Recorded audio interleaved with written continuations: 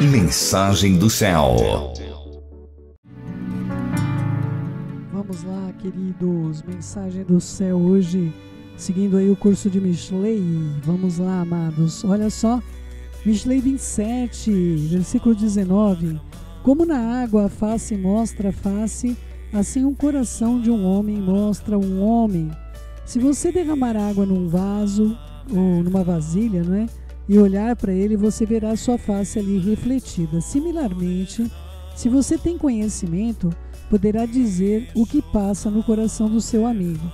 Por outro lado, a água reflete o semblante apenas de quem está presente. Assim o coração de um homem para com o seu amigo. O coração, ele bombeia o sangue que recebe de volta ao sistema, assim mantendo a vida. A água reflete uma pessoa no semblante que ela apresenta. E o coração reflete os pensamentos, impulsos de uma pessoa, indicando futuros bons e maus resultados. Analogamente, um rei, o coração de um país, canalizará de volta beneficamente tudo que recebeu para aquele que estudou a Torá como um reino eterno do nosso Pai Celestial. Então, ele poderá também refletir este conhecimento na vida de outras pessoas, sustentando outras vidas com um mérito. A manutenção também da casa de Hashem, no caso Beit HaMikdash, sagrado em Jerusalém, trouxe bênção ao povo de Israel, porque pessoas se envolveram para expressar o seu rosto naquela obra, refletindo assim o seu rosto naquela obra como a própria água e assim abençoando a vida de muitos que ergueram-se para trabalhar por uma obra comum. Queridos, tirando o comentário, né, do texto, a água ela mostra a face da gente, reflete o rosto da gente, mas o coração nosso, a gente não consegue colocar um reflexo na água para podermos ver o que há dentro dele, não é? O nosso coração, ele pode enganar até a nós, não é verdade? Nosso coração, ele não pode ser refletido para o lado de fora. Apenas uma pessoa que está próxima da outra pessoa pode compreender um pouco do que é o coração. A gente sempre fala isso, né? Eu tenho um marido que é um homem segundo o coração de Hashem, eu não tenho dúvida disso. Mas eu só sei disso porque eu estou ao lado dele o tempo todo. Estou o tempo todo vendo como o Eterno conduz, não é? Então, essa proximidade do reflexo é algo que não adianta. O estranho não pode compreender as ações de uma pessoa movida pela Ruach, não é? É muito importante, amados, que você que reflete o seu coração para as coisas de Hashem, não espere resultados de outras pessoas nem reconhecimento, queridos. Do contrário, a sua imagem pode se tornar turva, não é? É importante, muito importante, que o coração seu seja conhecido de Hashem e seja conhecido de você. E o seu reflexo seja para aqueles que te conhecem, jamais para um estranho. Em nome de Yeshua. Versículo 20. O baixo mundo do inferno e perdição nunca são saciados, e os olhos de um homem também nunca são saciados. É um paralelo do Sheol com as expectativas das pessoas, o quanto elas anseiam. Nenhum homem deixa de desejar. Ele diz assim, olha, eu vou comprar uma casa, eu vou comprar um carro, e depois que compra a casa, o carro, ele quer mais, ele quer mais, ele quer mais. Essa saciedade nunca chega, queridos, nunca chega. Então é muito importante entender que essa é a estratégia do Sheol. O Sheol, ele está com a boca aberta, escancarada e querendo engolir almas, queridos. O Sheol, quando fala, olha, eu vou engolir mais uma alma, ele vai se dedicar para engolir outra alma. Não engoli mais uma, não, mas eu quero mais. É como se o apetite do Sheol nunca acabasse. E o paralelo disso é colocado com os olhos do homem que nunca se sacia. O homem é um ser desejante, queridos. Se ele se dedicar ao prazer, ele vai se estender pelo prazer. Se ele tiver o desejo de alguma coisa, ele vai se dedicar àquela coisa. Por isso, amados, se nós tivermos de ter algum desejo nessa vida, que seja pela Torá, que seja pelas coisas do Altíssimo, e nós tenhamos fome e sede das coisas que procedem do trono de nosso Pai que está no céu. Se o direcionamento do nosso desejo estiver no lugar certo, queridos, podem acreditar, o Eterno será contigo. E bem nenhum ele nega àqueles que o temem. Versículo 21. O pote de refino é para a prata, e a fornalha para o ouro. E um homem é refinado de acordo com o seu louvor, de acordo com os elogios que ele recebe. De acordo com as pessoas, de acordo com como as pessoas louvam o homem por suas boas ações, ele é testado pelo público, se ele é bom ou mau. Uma pessoa é julgada pelas qualidades que ela mesma louva aos outros, não é? Quanto mais admirável e louvável um homem, mais exigentes são os padrões de comportamento esperados dele.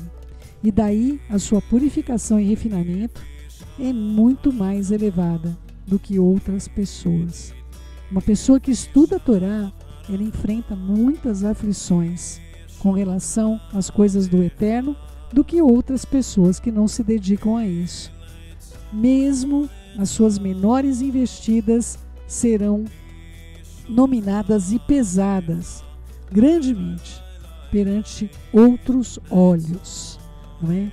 Queridos, o homem, ele é uma pessoa que vocês já sabem, né? Uma pessoa, por exemplo, é conhecida, vamos supor, a gente tem visto essas coisas ocorrerem, não é?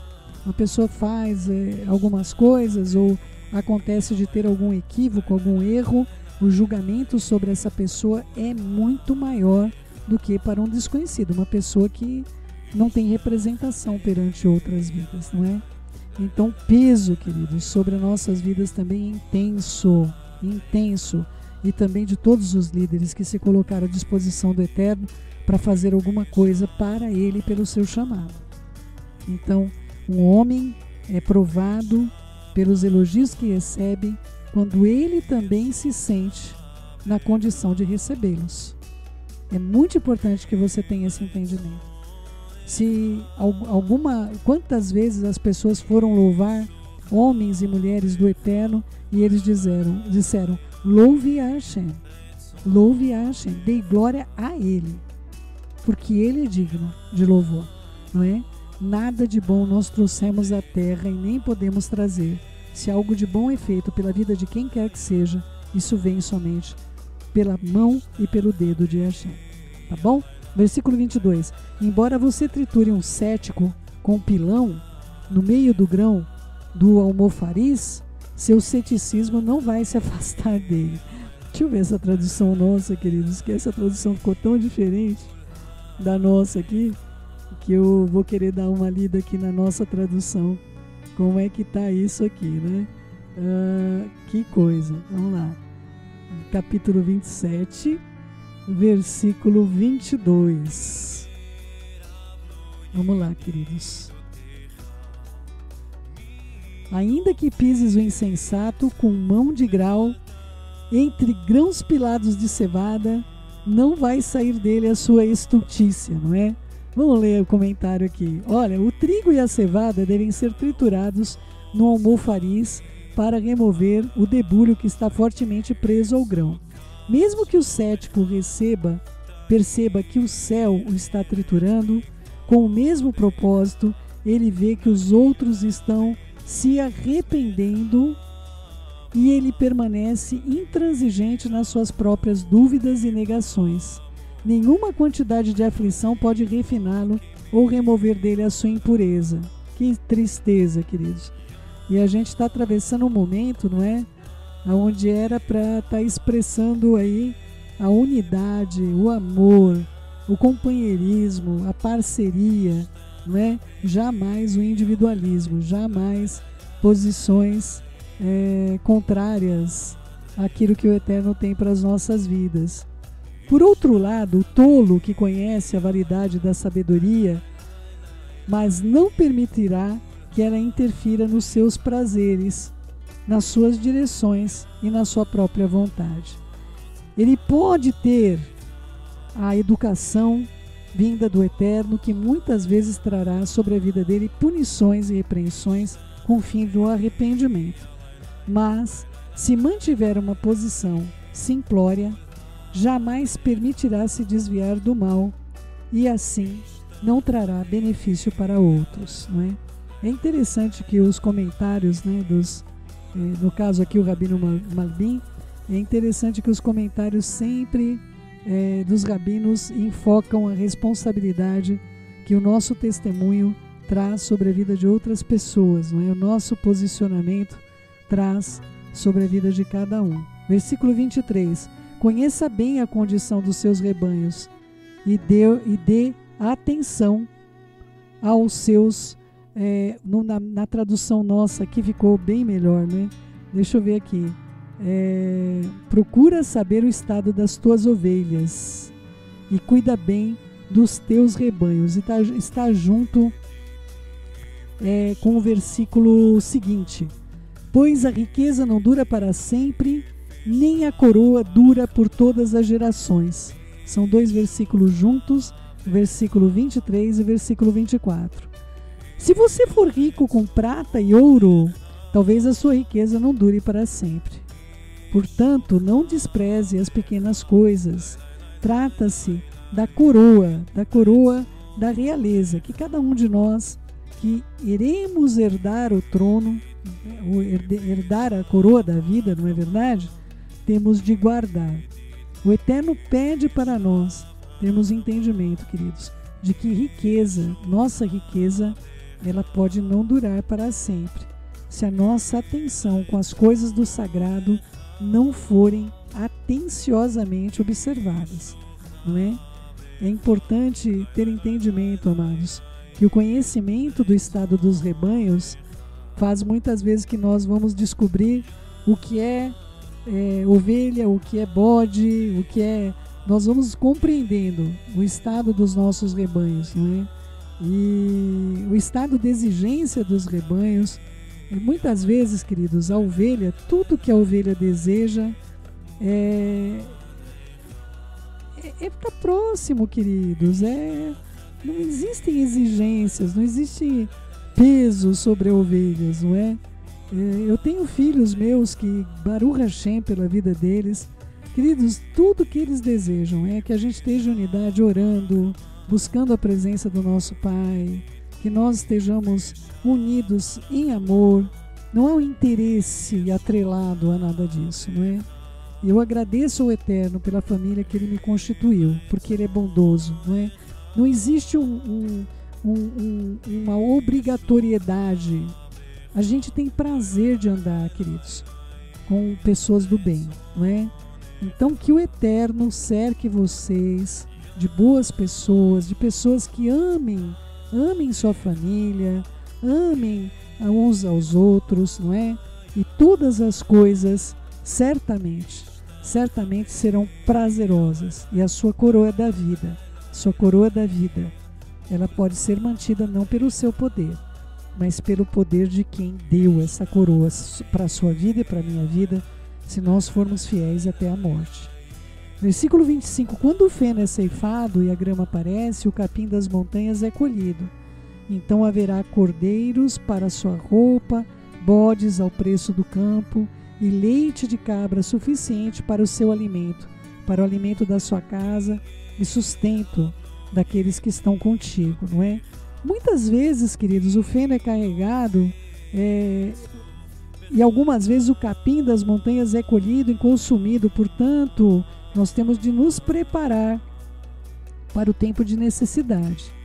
Se você juntar o feno para forragem, quando o seu gado deve ser mantido no estábulo no inverno, e grama no campo para pastagem quando a estação é favorável, se você junta o capim das montanhas onde o seu gado não pode ir, você terá prosperidade, porque a lã do cordeiro vai fornecer roupas quentinhas para você, pela venda dos bodes um campo poderá ser comprado, e o leite das cabras alimentará todos na casa, e até aqueles que estão contigo. O preparo, queridos, para o tempo difícil sempre foi ensinado dentro do conceito do eterno. Ele fala muitas vezes, nós já tratamos, não é? Vai ter com a formiga ou o preguiçoso, não é? O eterno sempre colocou para a gente que nós temos de nos preparar para dias que hão de vir, dias difíceis. Céu, eu não tenho condições de me preparar para dias difíceis, eu mal consigo viver o dia de hoje que já está difícil. Queridos, muitas vezes o nosso preparo é em oração, amados. Talvez você não tenha um preparo, mas o Eterno pode preparar alguém que tem preparo para te chamar, olha, a minha cabra deu esse leite aqui, eu estou dividindo com você, deu leite demais minha cabra, não é? Olha, você está com frio? Olha, eu estou aqui com a lã da minha ovelha produziu demais aqui, eu estou realmente tendo de dar lã para os outros, não é? Então, queridos, muitas vezes o nosso preparo, quando a gente não pode, nós temos de fazer sempre a nossa parte, mas quando nós não podemos ir além daquilo que está nas nossas mãos fazer, muitas vezes o Eterno vai criar o sobrenatural para você, por meio de pessoas que puderam fazer isso. Que o Eterno conforte o seu coração no dia de hoje e que o Eterno estenda sobre você a tenda da sua proteção e que você possa ser uma pessoa prevenida, compreendendo qual a razão que Ele tem chamado a sua vida nesse tempo tão complexo e tão difícil. Bom, vamos orar? Querido Pai, em nome de Yeshua, nós colocamos nossas vidas e o grande aprendizado, Pai, que nós temos vivido nesses últimos dias para lutas que nós desconhecemos e que estão diante de nós. Que o Teu poder que se aperfeiçoa na nossa fraqueza venha sobre as nossas vidas para o bem e que nós possamos, Pai, seguir embaixo da Tua suprema autoridade no tempo certo. Ainda que nós tenhamos, Pai, de algum modo atrasado algumas coisas, que nós possamos ter tempo de nos aproximarmos, Pai, daquilo que o Senhor deseja sobre nós. Pai, pelo amor do Teu nome, Tu que detens o mar, Tu que detens o céu, eu tenho certeza que o Senhor coloca os Teus manahim em posição de combate. Tu, meu Pai, que é a mais excelente autoridade, nós nos submetemos somente a Ti e nós dependemos somente de Ti. Que o Senhor, Pai, o Senhor que tem nos feito bem, nos ensine a exaltar o Teu nome e a bendizer o Seu nome. Que nós possamos tributar ao Senhor glória e honra, porque o Teu nome é santo. Pai, eu lamento que nós fizemos com a terra. Muitos de nós já nascemos nessa terra como está hoje. E nós não tivemos nenhuma ação contrária. Nós não mudamos, Pai. Não mudamos o consumo, não mudamos o sistema de poluição. Nós usamos também tudo aquilo, Pai, que nós sabemos que desagrada até a Tua narina, até o mau cheiro que exala desses combustíveis fósseis. E nós pedimos ao Senhor, Pai, quem nos livrará do corpo dessa morte, senão o Senhor? Pai, nós nada trouxemos ao mundo e nada nós vamos levar dele. Ajuda-nos a dedicar as nossas vidas até o fim, para tudo que o Senhor nos tem chamado para fazer. Nós somos Teus, Pai amoroso. Coopera com o Teu povo, exalta o Teu nome, não nos deixa sermos envergonhados nem confundidos. Que o Senhor, Pai, o Senhor nos livre de toda sorte de engano. Toda palavra que vem do Senhor caia no nosso coração como palavra verdadeira, mas tudo aquilo que não procede do Senhor saia do nosso caminho, das nossas vidas e das intenções, Pai, do mal sobre nós. Todos os nossos caminhos Te são conhecidos, Pai. Nos afaste de toda obra que venha trazer prejuízo para o Teu nome, para quem o Senhor é e para aquilo que nós representamos na terra.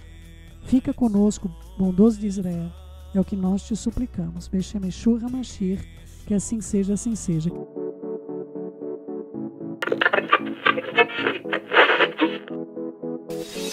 Mensagem do Céu.